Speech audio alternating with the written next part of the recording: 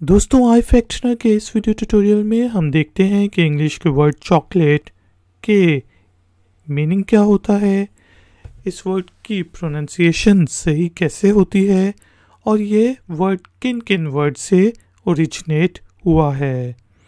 साथ ही साथ हम वर्ड चॉकलेट को यूज़ करते हुए इंग्लिश में डिफरेंट सेंटेंसेस भी बनाएंगे और उनकी ट्रांसलेशन को समझेंगे। ट्यूटोरियल ज़रा गौर से देखिएगा क्योंकि आखिर में है एक छोटी सी एक्सरसाइज। तो शुरू करते हैं जो अपना आज का फैक्शनर का लर्निंग वीडियो ट्यूटोरियल। दोस्तों वर्ड चॉकलेट के स्पेलिंग होते हैं CHOCO चोको और LATE लेट। कुछ लोग इसको चॉकोलेट कहते हैं जो कि गलत है। इसकी सही प्रोनाउंसिएशन है चॉकलेट। ओ जो है इसमें जो दूसरा ओ है वो साइलेंट है, उसकी आवाज़ नहीं निकलती। चॉकलेट। और उर्दू और हिंदी में हम इसको चॉकलेट के नाम से जानते हैं। चॉकलेट अब एक ऐसा मटेरियल होता है, आप ये समझ लें पाउडर फॉर्म में भी हो सकता है या फिर जिस तरह हमें दुकानों पे बार फॉर्म में मिलती है।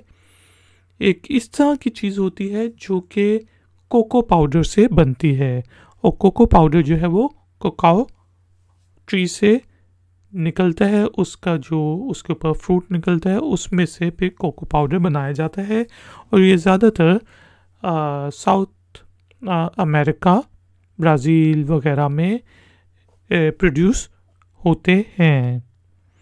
और इसके अंदर ये वैसे तो बहुत ज़्यादा कड़वा होता है, लेकिन इसके अंदर जब चीनी वगैरह ऐड कर दी जाती है, फ्लेवर्स ऐड कर दिए जाते हैं तो ये काफ़ी मीठी हो जाती है और ये दुनिया में सबसे ज़्यादा खाने वाली मीठी चीज़ों में से एक है। चलिए वर्ड चॉकलेट को यूज़ करते हुए इंग्लिश में डिफरेंट सेंटेंसेस बनाते हैं, उनकी ट्रांसलेशन को समझते हैं। जिस तरह मैं कह सकता हूँ आई लव डार्क चॉकलेट। आमतौर पे जो मार्केट्स में हमें चॉकलेट मिलती है उसमें चॉकलेट की कॉन्सेंट्रेशन कम होती है, 30-40% होती है, क्योंकि इसका जो टेस्ट आमतौर पे होता है वो कड़वा सा होता है। लेकिन जो डार्क चॉकलेट होती है उसमें जो चॉकलेट की कॉन्सेंट्रेशन होती है वो 70%, 80%, 90% तक भी होती है, 95% तक भी होती है, तो उसको डार्क चॉकलेट कहा जाता है।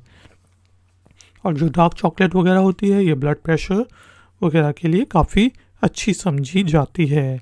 तो यहाँ पे हमने कहा कि मुझे डार्क चॉकलेट से पसंद, किससे प्यार है, यानी कि जो सही जिसमें ज़्यादा कंसंट्रेशन होती है चॉकलेट की वो मुझे उससे प्यार है।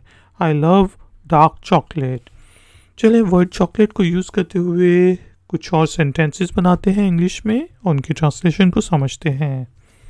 जिससे हम कह सकते हैं he brought chocolates for her, कि वो उसके लिए चॉकलेटें लेके आया। He brought chocolates for her.